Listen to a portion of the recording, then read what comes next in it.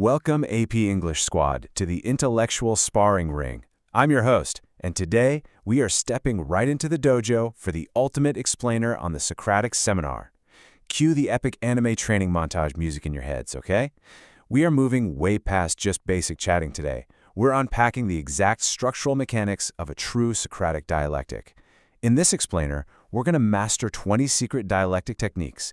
We'll break them down by their morphology, the Greek and Latin roots, prefixes, suffixes, plus the denotation, the connotation, and of course, a super silly hook to make it stick in your brain.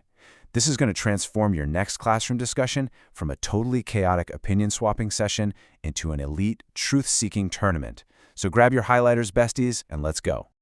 Level 1. The Trivium architecture. Stage 1 of our architecture is the grammar phase.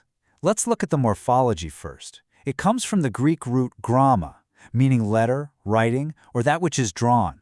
The denotation here is strictly decoding the text and verifying literal facts. The connotation?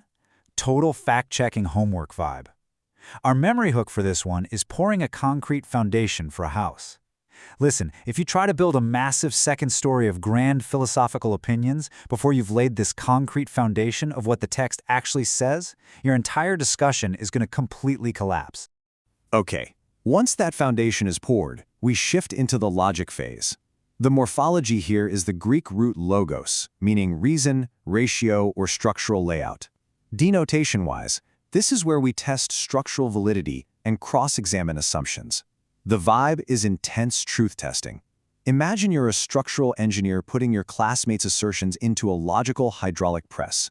Our silly hook? It's like driving a massive, heavy 18-wheeler truck right over a bridge to check for structural cracks. You are verifying that the connections between the text's premises and conclusions actually hold up under pressure. And our final Trivium stage is the rhetoric phase. Coming from the Greek root rhetor, meaning speaker or orator, its denotation is articulating synthesized, beautiful conclusions. The connotation? It's intellectual showtime, baby. This is where raw facts and logic get painted and polished into a profound consensus that literally elevates the whole room. For your memory hook, picture painting and polishing a beautifully built sports car. You've built the engine with grammar and logic, and now it's time to show off that shiny truth. But wait, before we leave level 1, you need to equip your primary item, and that is the textual anchor. The denotation here is tying every single claim directly to a specific citation. The vibe? Keeping your receipts. Nobody gets to say, well, I kind of feel like, without giving a page number. Our visual hook is a heavy iron anchor chained to an ankle. If a speaker tries to just float away into a random personal anecdote about their weekend, bam, that heavy anchor slams them right back down to page 42, paragraph 3. Level 2. Dialectical combat moves. First up is the name of the game itself, dialectic. Breaking down the morphology, we've got the prefix dia, meaning through or across, and the root login, meaning to speak. The denotation is cooperative discourse to establish truth, and the vibe is just a highly collaborative puzzle-solving session. This is the anti-debate, you guys. Picture our hook. Two climbers taking turns pulling each other up a steep mountain cliff. You aren't trying to kick your opponent off the mountain, right? You're pulling each other up to reach the peak of truth together. We absolutely have to contrast that with its evil twin, eristic dialogue. The root here is eris, which is literally the Greek goddess of strife, discord, and chaos. The denotation is toxic, adversarial arguing just to win the debate. The vibe is pure toxic talk radio energy. Think of our hook. Two territorial dogs barking aggressively through a chain link fence at each other. Literally nobody is learning anything. They just want to be the loudest animal in the yard. Please do not bring Eris into my classroom, squad.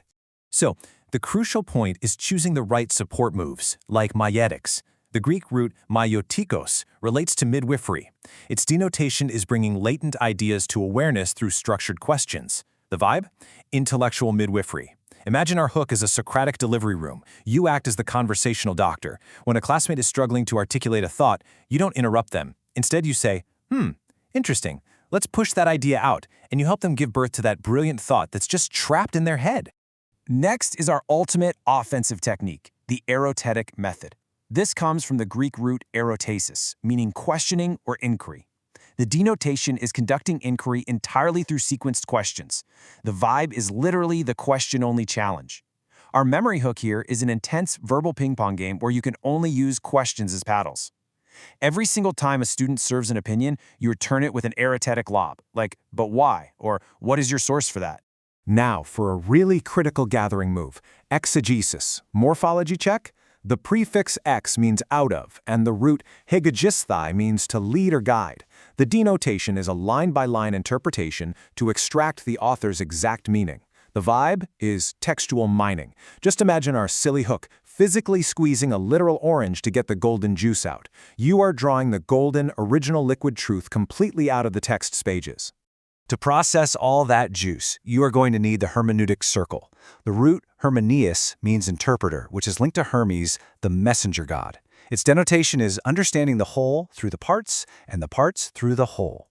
The vibe is an interpretive feedback loop. Picture this jump rope dance hook. You zoom way in to analyze a single blue mosaic tile, and that represents the word.